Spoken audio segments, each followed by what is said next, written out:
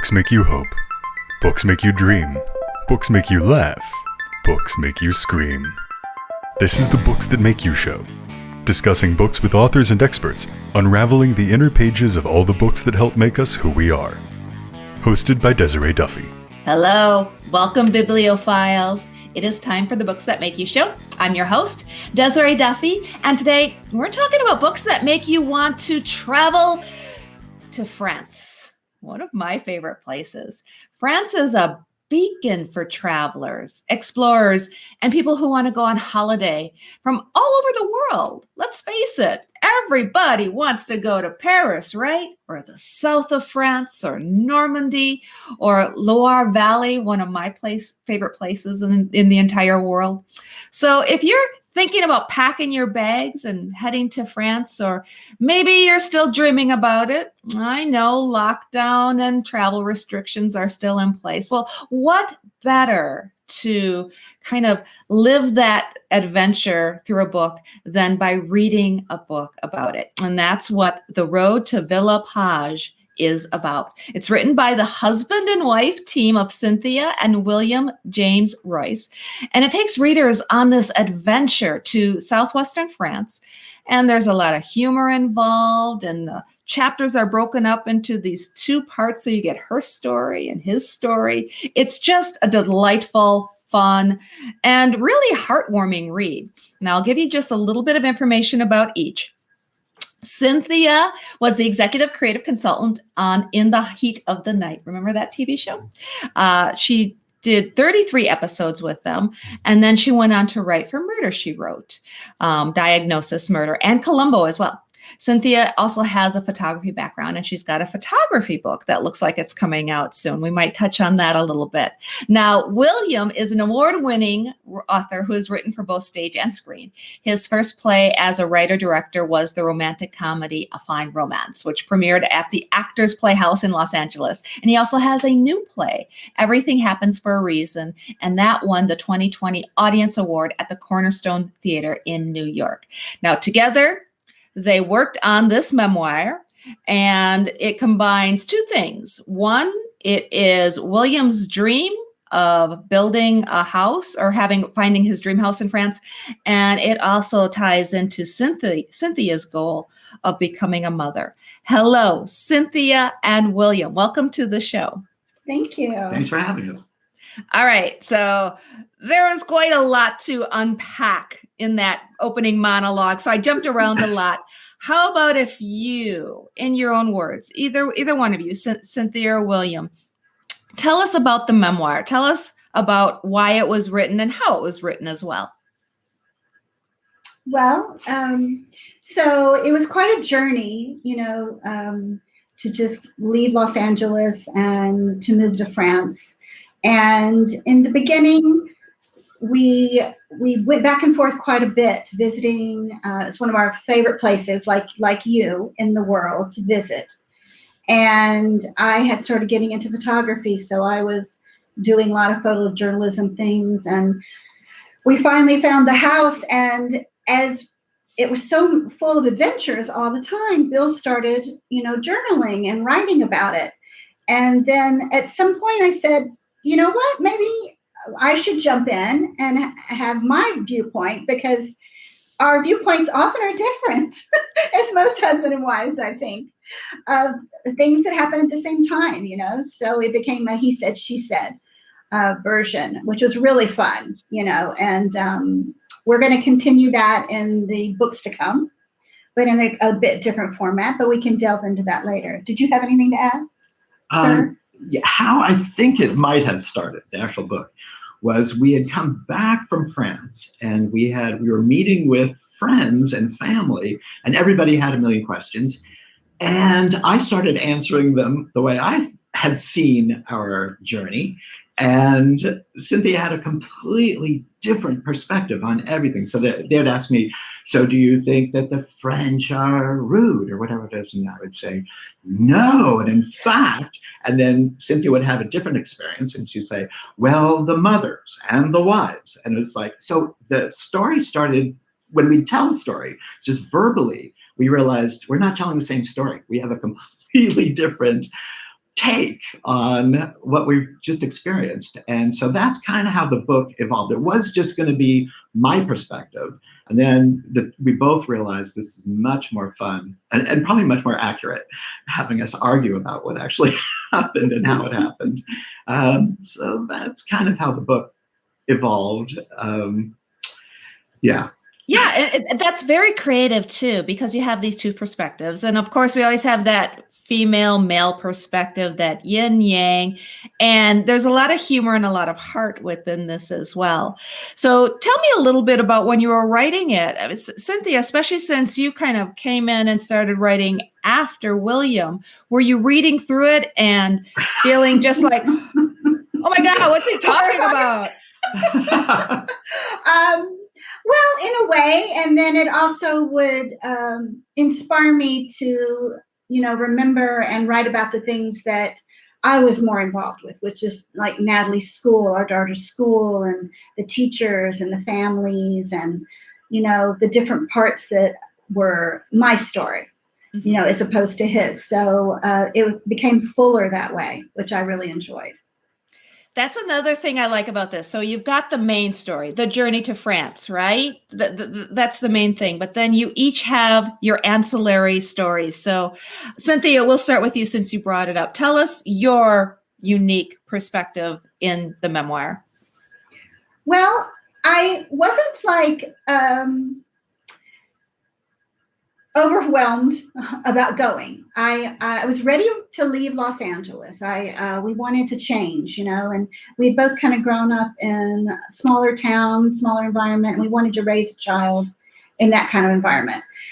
But the thought of like just leaving and going to France was a bit like overwhelming for me. And I kept like, as it became more and more of a reality, I was like, okay, well, what the hell? And then it's like, because I'm very organized and I was an office manager, I became, a lot of the logistic part of it became my job, and making sure that everything, got done in time, and the dog went to the vet and got tests. And there's so many things that you have to do.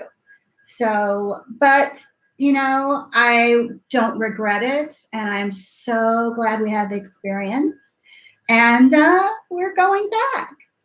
Oh, excellent. Excellent. Now, William, this was part of your dream, right? You were the one who had the dream house idea. Can you talk about that a little bit? Yeah, I'm not exactly sure when the idea struck me that I wanted to experience life in another country, but every time we have an extra dollar in our hands, we would travel.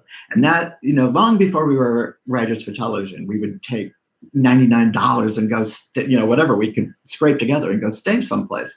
So I loved traveling. That's one of the things that I realized. And on our honeymoon, we decided that we would go to France. So it was our first experience there. And we had both taken high school French, and a little, other little tidbits of French had come to us, and thought when we got to Paris that we would be okay, that our French would be okay. And within an hour, I was ready to leave. I'm not kidding you. We had gone to a patisserie. We'd gone to get some croissants, and I could not understand the woman just asking me what I wanted. And then what she asked me was, do I now want this croissant? Do I want this warmed up in a microwave? I had no idea what she was saying. And everybody's waiting to get served, and I can't figure out how to answer her. And she starts to get a little upset. And we walked out, and I was, what are we doing here? Why did we come here? But within 3 hours or 4 hours of just being in Paris, it just felt so wonderful. But just like you, we went to the Loire Valley for our honeymoon. That's where we ended up going. And that was spectacular. Getting out of Paris and the insanity of Paris and getting there was wonderful. So I don't know how many years later, we were going to redo that trip for an anniversary, like say 10 years later or whatever. And I picked up this book I'd never heard of the Dordogne. And I picked up this book called The Most Beautiful Villages of the Dordogne. And I fell in love. And I knew when I looked at these pictures that that's where I belonged. We hadn't even gone to this area yet. And I fell in love. When we got to the Dordogne, I didn't want to leave. And I made Cynthia promise that we would come back. We came back within, I think it was like 3 months. I could not wait to get back to this area. And I knew when we saw Villa Page, when we saw the house, I had come home. I knew the minute I saw it that this was my home. We were driving up the driveway to this house, and I literally said, I'm home. This is it. I was stunned. We looked at it and bought it in a week because that's all we had. Wow. It was insane. And what were your thoughts, Cynthia, when you were driving up to the house? Were you on the same page, or what were you thinking? I was thinking, oh shit, this is happening too fast.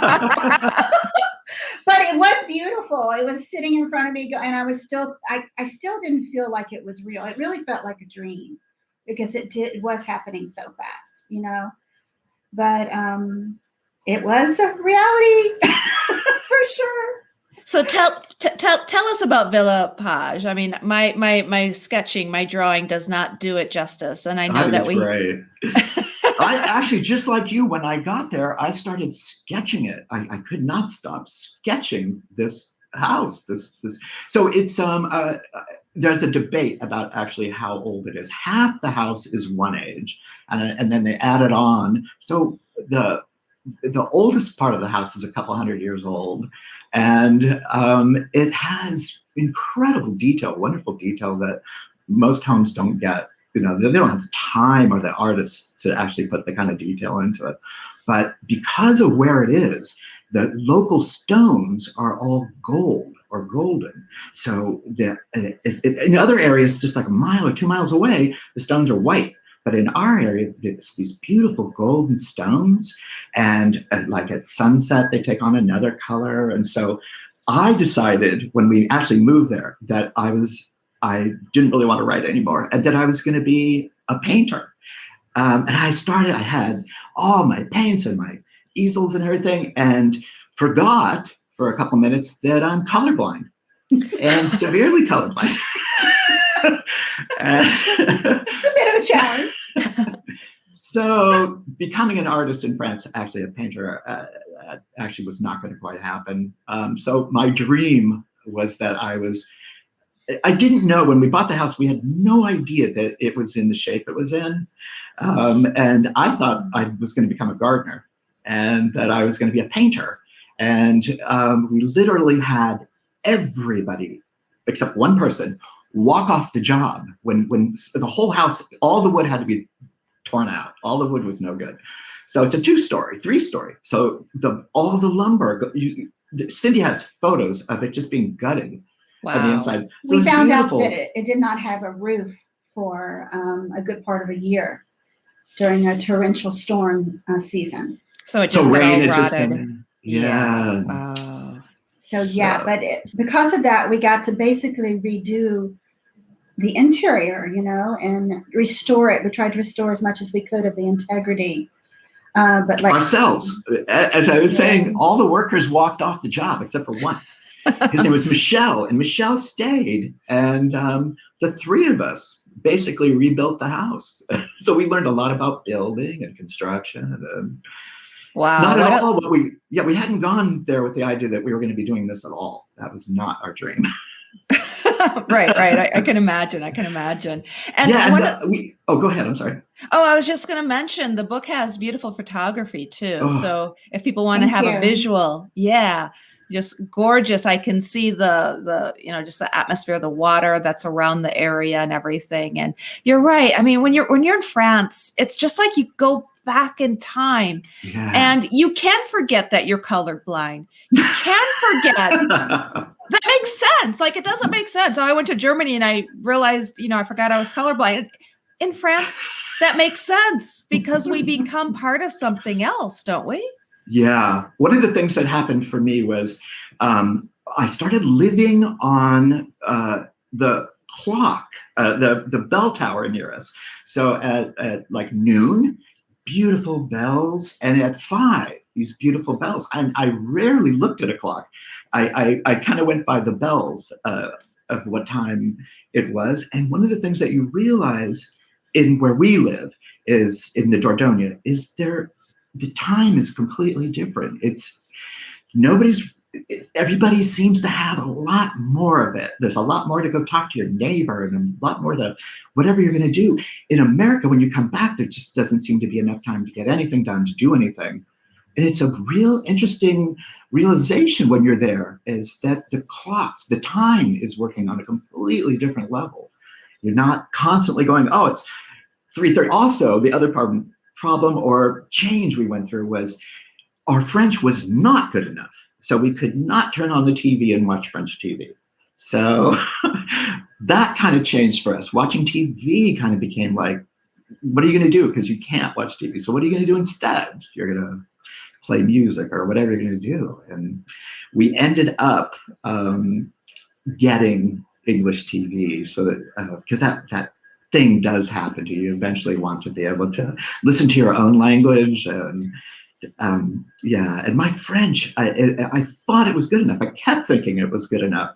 And we had a French tutor before we left, and I really thought that we were going to be okay. But that's one of the things that we realized very quickly, was our French was not. How we realized we had to go home was Natalie, our daughter, was going through the grades, and we got into a grade and we were looking at word problems in math. And in English, it said something to the effect of, I was able to translate it, the train is leaving the station in Lyon. It's going to get to Paris at 3. It's a 700-kilometer trip. How fast was the train going? It took me a day to just translate this one math question. And I realized, we can't do 3rd grade. There's no way we can do 3rd grade. Yeah, we're going to have to go home. Yeah, we realized that we were going to probably get tutors in order to do the homework. And, it was kind of like, okay. And then people said, well, do you want your daughter to be French or do you want her to be American? Because, you get to a certain age and the culture becomes part of them. And we're like, we don't really know if we're ready to make that decision. Let's go back and, take stock. And we kept the house. So, So you're here in Los Angeles now, and are there plans then to go back? Because on top of everything, then we have COVID and travel restrictions and everything going on. So where are you guys? We've been trying to get back for a year now. And we are just now, our visa, we've just started it now.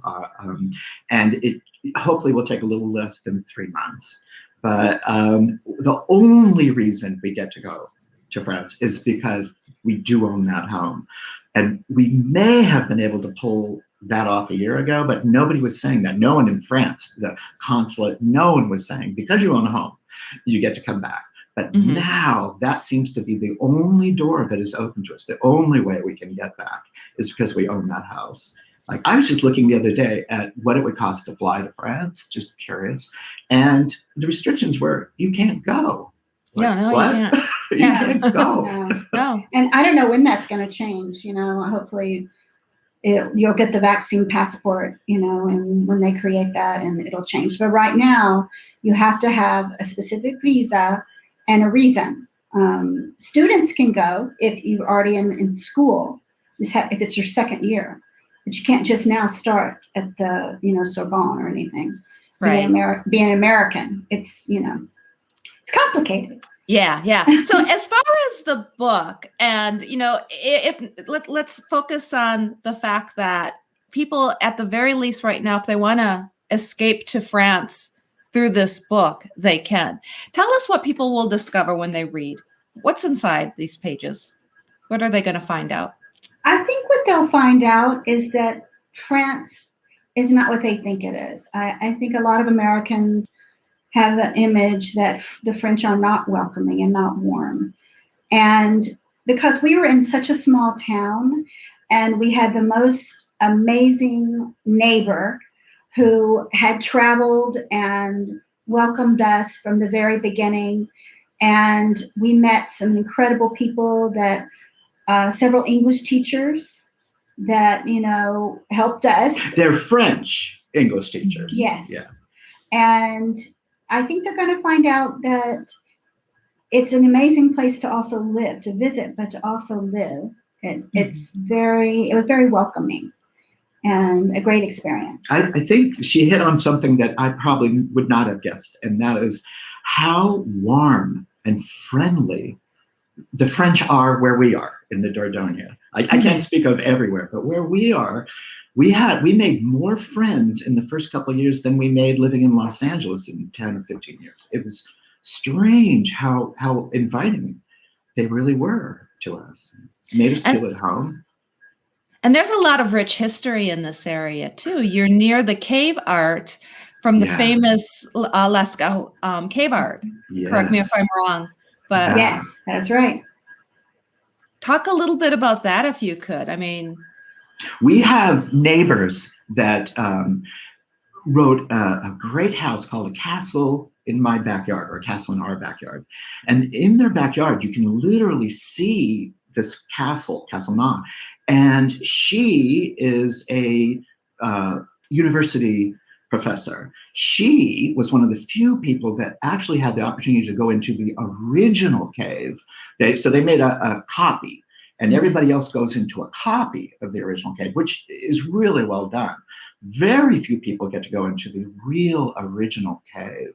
And my sister was also a professor, and she had written all these papers, and she had gotten a number of opportunities where she was paid to go to France and come, and the door was just about to open for her to go into Lascaux, and it closed, and we were thinking we'd all be able to go in with her, but there are so many other wonderful caves and places to go. Yes, there are. There are far more that are the original. Yeah, and some you take a train underground, some you take a boat underground, and they're all great adventures. So a lot of people are coming to the area for foie gras, because it's great. The food in this area is spectacular, and for these caves, but also for these castles. That there's so many beautiful castles in this area that are open. You can go through and you can walk through. Some of them have tried to show you what life might have been like a few hundred years ago. So there's a lot to see, and there's a lot to do in this little area. And so the British knew all about the Dordogne, but the Americans didn't. I'd never even heard of the Dordogne when we went there the first time. But there are a number of British people that live there that are almost, you can get the sense that they're almost trying to reclaim it, because the 100-Year War, was all about this area. And there are so many British people that didn't integrate. They don't know the French. They don't speak French, and we didn't want to be like that. We didn't. So it would have been real easy to go over there and latch onto that, and not have the adventure that we ended up having. All of our friends, I would say like 85%, 90% are French, and we have a few British friends. And we finally decided, we'll let them in, kind of thing. But we wanted a real French adventure. And when we went, we literally thought that we were going to become French, that we were going to stay, we were going to live there, and we were going to get to know this culture, and we were going to be a part of it. And very, very early on, very nice people let us know that, no, you will never be French. They will never accept you. But they said, your daughter, she was 2.5 when we got there. Mm-hmm. Your daughter, they will accept as a local, as a Perigordin, but they will never accept her as French. And this was coming from a woman who was in her 70s, a very talented, amazing person who had come from Russia as a little girl and moved to Paris as a little girl. And she was the one telling us, now in her 70s, they don't think of me as French, and I've lived here since I was a little girl. Yeah. It was an interesting perspective, because people come here and they become Americans. That's what we were trying to explain to them. Anybody that comes to America is an American. Yeah, but you can come to France and never be French. It's like, okay. Right. And what does your daughter think? I mean, does she want to go back? What are her thoughts? Well, she is going back with us, and I don't know how long she'll stay. She's 19 now. So it's quite a bit of difference. But she can speak. Her French is so beautiful because she learned it at 2.5 years old. Her accent is absolutely beautiful. And for her, I think the transition going back it's going to be actually a little bit easier for us because there's just something about Natalie that she is at home basically everywhere she goes, because started off in the United States and then lived in France and then came back here. And it's all one big world to her, which is really cool. Yeah. And when she decides that she wants to go back and really tackle French, she took French in high school, and she did, what do you call it, college AP. French? AP French. Oh yeah, AP French. So and her teacher, everybody comments on how good her accent is. It's just coming, a word she's never heard, never seen. I mean, she'll look at it in print and know exactly how to pronounce it. And so she's got that innate thing that's going to work for her. That's fantastic. Yeah. That's fantastic. No. How about let's touch a little bit on your writing, because you've both written for TV. What was it like transitioning from writing for TV to writing a memoir? So I was working at this place, and they had hired Cynthia in, and I was looking for the perfect pickup line. And I went up to her and said, I can't quite finish this one-act play. Want to help me finish it? So our very beginning was collaborating as writers. So we finished this play, and it got produced many, many years later. It got produced in Los Angeles. But our beginning was as writers. And it was interesting because I've known a lot of people who you might not want to work together all day and then go home and be home. But for us, the collaboration has always been so easy. It's just been, my gosh. well, at least it seemed like it was to me. Okay. So she said park. Well, it was easy, I think, because I was a little controlling. So we would be working, say, we wrote a number of screenplays together. So you'd outline the screenplay, and you'd see a scene coming up, and you realize, yeah, I don't really want to write that one. So I would hand everything I didn't want to write over to her. Here, you write that. Oh, so I see how that works. When we got onto television, we had written so much, we had done so much together that it was just second nature for us to write together. So how it actually started was we weren't married, and Cynthia was going to be Carol O'Connor's assistant, and she was going to Georgia, and she was going to be gone for, I think they said 7 or 8 months, and I didn't want that. So I decided that I would go with her. Again, the painter in me, she had rented a house on a lake in Georgia. And I was just going to live at the house and paint. I was going to paint the lake every day, kind of paint the lake. And I'd never seen In the Heat of the Night, had no idea what it was. And I just decided. You'd never been to the South either. I never been to the South, but I just decided to see if I could write one. I didn't care if it worked or it didn't work. I was like, can I do this? So I'd keep asking her, like, which one's Bubba? Which one is Parker? I had no idea who anybody was. So I was just playing around with this script, and they needed somebody on the set, on there that could type, and I could type. So I thought, oh, make a little money, go in and type everybody else's script. So I'd sit there and type, and I saw what they were doing. I saw how they were writing it. So I finished my script. And just then, they were working on a script, and I had written my show for Howard Rollins, who I thought was one of the greatest actors I'd ever seen. And when my script was done, they were in the midst of shooting something, and Howard got sick, and Howard had to be hospitalized, and suddenly they were going to shut down because they didn't have a backup script. And I kind of said, well, I've got one, thinking I could just push a button and all of Howard Rollins' character would just be, all those lines would just be given to somebody else.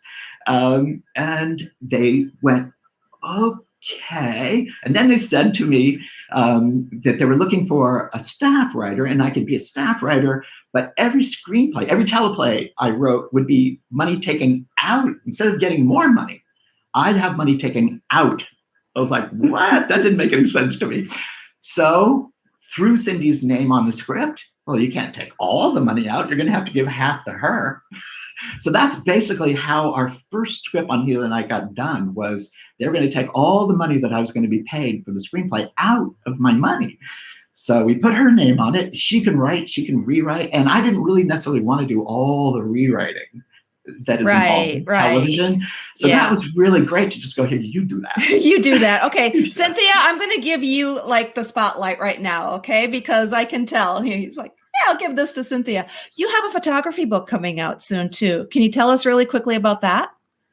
Well, it's called The Souvenirs of the Dordogne. Mm-hmm. And it is a lot of photography that I did in the first 2 years living there.